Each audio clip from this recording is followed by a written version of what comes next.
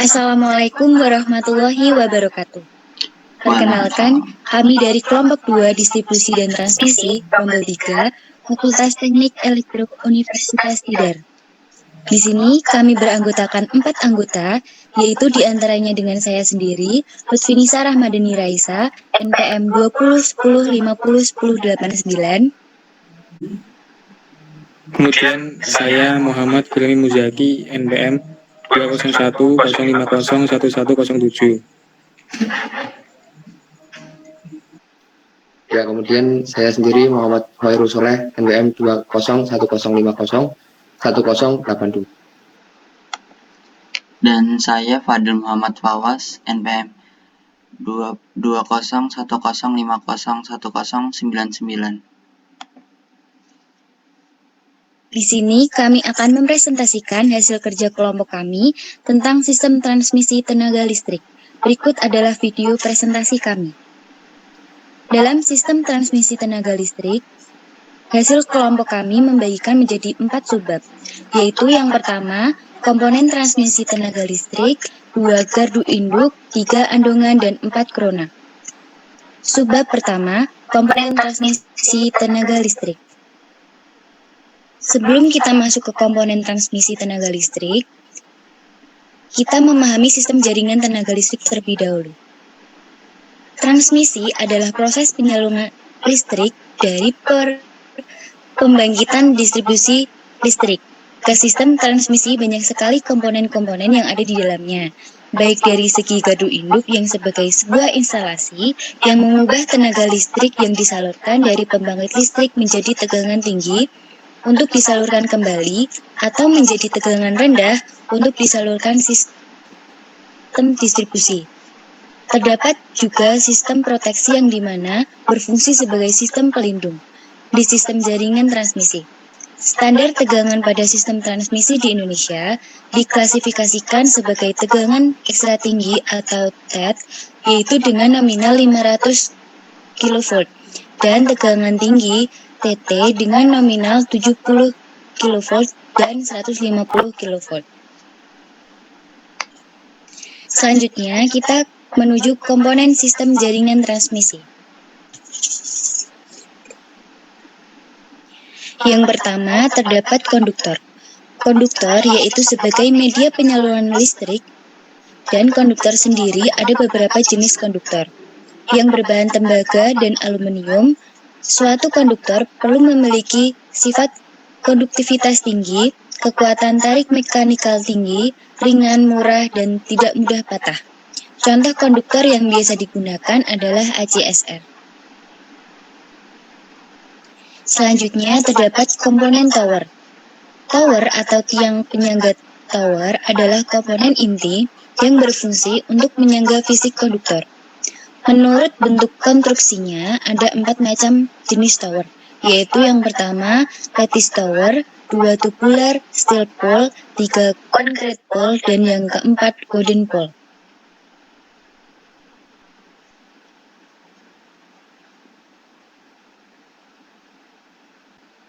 Selanjutnya, terdapat komponen isolator, di mana isolator ini berfungsi sebagai isolasi untuk penahan konduktor terhadap tower atau tiang agar tidak terjadi gangguan tanah. Karena tower bersentuhan dengan tanah, bahan isolator sendiri harus memiliki resistansi yang tinggi untuk melindungi kebocoran arus dan memiliki ketebalan yang secukupnya atau sesuai standar untuk mencegah breakdown pada tekanan listrik tegangan tinggi sebagai pertahanan fungsi isolasi tersebut. Selanjutnya terdapat komponen kawat tanah. Kawat tanah atau kawat grounding biasa disebut dengan GSW atau ground steel wiring karena terbuat dari bahan steel atau baja. Terletak paling atas suatu tower atau tiang transmisi yang berfungsi sebagai penangkap petir agar tidak terkena kawat konduktor dan langsung ditanahkan atau digroundkan untuk memproteksi peralatan dari kerusakan akibat petir. Selanjutnya ada gardu induk.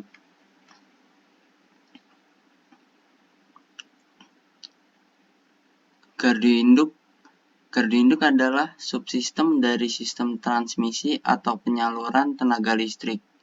Sebagai subsistem dari sistem transmisi tenaga listrik, peranan gardu induk sangat besar. Jadi, pengoperasian gardu induk ini tidak bisa dipisahkan sama sekali dari sistem transmisi listrik. Gardu induk juga bisa diibaratkan sebagai terminal atau stasiun transmisi di mana tegangan listrik bisa diatur pada tegangan turun. Selanjutnya, fungsi gardu induk. 1. Mentransformasikan tegangan, di mana gardu induk bisa menaikkan serta menurunkan tegangan. 2. Aliran listrik dari satu transmisi ke transmisi lain untuk kemudian didistribusikan kepada konsumen. 3. Mengukur dan mengawasi operasi sekaligus mengamankan sistem tenaga listrik. 4. Mengatur pelayanan beban ke gardu induk lain sekaligus ke gardu induk distribusi. 5. Media untuk menurunkan dan mengubah tegangan transmisi menjadi tegangan distribusi. 6. Media untuk telekomunikasi. Selanjutnya ada jenis gardu induk. Berdasarkan pemasangan peralatan, gardu induk dibagi menjadi 3 jenis. Yang pertama, gardu induk pasang luar. Jenis ini bisa juga disebut dengan gardu induk konvensional, di mana seluruh komponen diletakkan di luar gedung, kecuali sistem proteksi, komponen kontrol, sistem kendali, dan komponen bantu lainnya. 2. Gardu induk pasang dalam. Gardu induk pasang dalam juga bisa disebut dengan gas insulated substation, di mana seluruh komponen berada di dalam gedung kecuali transformator daya. 3. Gardu induk kombinasi adalah gardu induk yang beberapa komponen switchgear diletakkan di dalam gedung dan di luar gedung, sedangkan transformatornya diletakkan di luar gedung. Jenis-jenis gardu induk. Berdasarkan rel atau busbar. Rel atau busbar adalah titik pertemuan di mana trafo tenaga STUTT, SKTT, serta peralatan listrik lainnya bisa menerima sekaligus menyalurkan tenaga listrik. Berdasarkan rel atau busbar, gardu induk dibagi menjadi 4, yaitu pertama, gardu induk dengan sistem ring busbar. 2. Gardu induk dengan single busbar. 3. Gardu induk dengan double busbar. 4. Gardu induk dengan 1,5 busbar.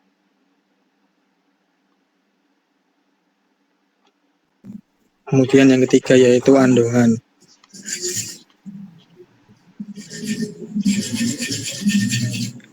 Andongan merupakan jarak lenturan dari suatu bentangan kawat penghantar antara dua tiang penyangga jaringan atau lebih, yang diperhitungkan berdasarkan garis lurus horizontal kedua tiang tersebut. Besarnya lenturan kawat penghantar tersebut tergantung pada berat dan panjang kawat penghantar atau panjang kawat span. Berat kawat akan menimbulkan tegangan tarik pada kawat penghantar yang akan mempengaruhi besarnya andongan tersebut. Metode pengukuran dan pengecekan andongan jaringan. Pengecekan andongan dari suatu jaringan merupakan pekerjaan akhir setelah pemasangan kawat penghantar dan peralatannya. Pengecekan andongan kawat penghantar ini dilakukan agar kekuatan lentur kawat penghantar pada tiang penyangga jaringan sesuai dengan standar yang diperkenankan. Dari tiang di antaranya 1. Metode penglihatan atau cek. Metode penglihatan ini dapat dilakukan dengan jalan menaiki tiang akhir. Untuk wilayah jaringan lurus dari tiang akhir kita dapat melihat bentangan jaringan dengan berpedoman pada ujung atas tiang satu dengan yang lain sebagai garis pelurus. Bila bentangan jaringan panjangnya lebih 500 meter, kita dapat melakukannya dengan menggunakan teropong. Yang kedua yaitu metode papan bidik. Metode ini menggunakan papan bidik berbentuk T dan papan target bidikan. Papan bidik berbentuk T disangkutkan pada ujung tiang sesuai dengan ukuran andungan yang telah ditetapkan sesuai standar. Sedangkan papan target disangkutkan pada ujung tiang berikutnya sesuai dengan ukuran andungan yang telah ditetapkan sesuai standar. Selanjutnya, petugas memanjat tiang pertama yang terdapat papan bidik berbentuk T untuk membidik atau mengincar papan target yang ada pada tiang kedua. Metode yang ketiga yaitu metode dinamometer.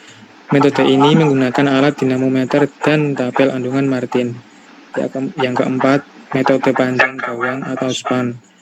Metode ini menggunakan panjang gawang atau span sebagai ukuran andungan. Sebagai standar ditetapkan andungan maksimum untuk gawang sebesar 40 meter, lebih kurang besarnya andungan 30 cm. Yang kelima yaitu metode gelombang balik atau metode pulsa. Metode ini dilakukan dengan jalan menepuk kawat menghantar dengan tangan, sehingga akan timbul gelombang dan merambat sepanjang bentangan kawat jaringan. Gerakan gelombang ini akan berlanjut sampai gelombang teredam sendiri. Andungan dan panjang gawang. Pada tanah datar dan pada daerah yang berbentuk padat, panjang span dan tinggi tiang jaringan distribusi ditetapkan sebagai berikut. Ukuran tinggi tiang dan panjang gawang berikut merupakan tinggi tiang jaringan dan panjang gawang. Apabila 11 meter, maka panjang gawangnya 40 sampai 65 meter, 12 meter 65 sampai 90 meter, dan 13 meter 90 sampai 110 meter. Ukuran tinggi menara dan panjang gawang. Apabila saluran SUTR, maka tegangan 1 kV, tinggi tiangnya 9 sampai 12 meter, panjang gawangnya 40 sampai 80 meter. Apabila SUTM 6 sampai 30 kV, tinggi tiangnya 10 sampai 20 meter, panjang gawangnya 60 sampai 150 meter. Lanjut untuk yang keempat yaitu corona. Corona adalah suatu fenomena yang terjadi pada saat udara di sekitar konduktor atau penghantar terionisasi. Dari proses tersebut terjadilah pelepasan muatan yang dapat mengakibatkan tekanan isolasi pada udara.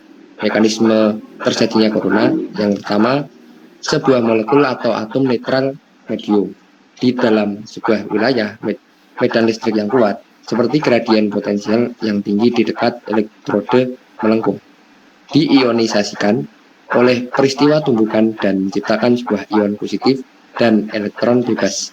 Yang kedua, medan listrik beroperasi pada partikel-partikel muatan lalu memisahkan, mencegah penggabungan kembali, serta mempercepat partikel-partikel itu, memberikan energi kinetik ke setiap partikel. Yang ketiga, sebagai akibat dari peningkatan energi pada elektron, lebih jauh lagi jumlah pasangan ion elektron atau positif bisa diciptakan dengan menabrakkan atom-atom netral, lalu mengalami proses pemisahan yang sama. Proses pemisahan ini menciptakan sebuah longsoran elektron.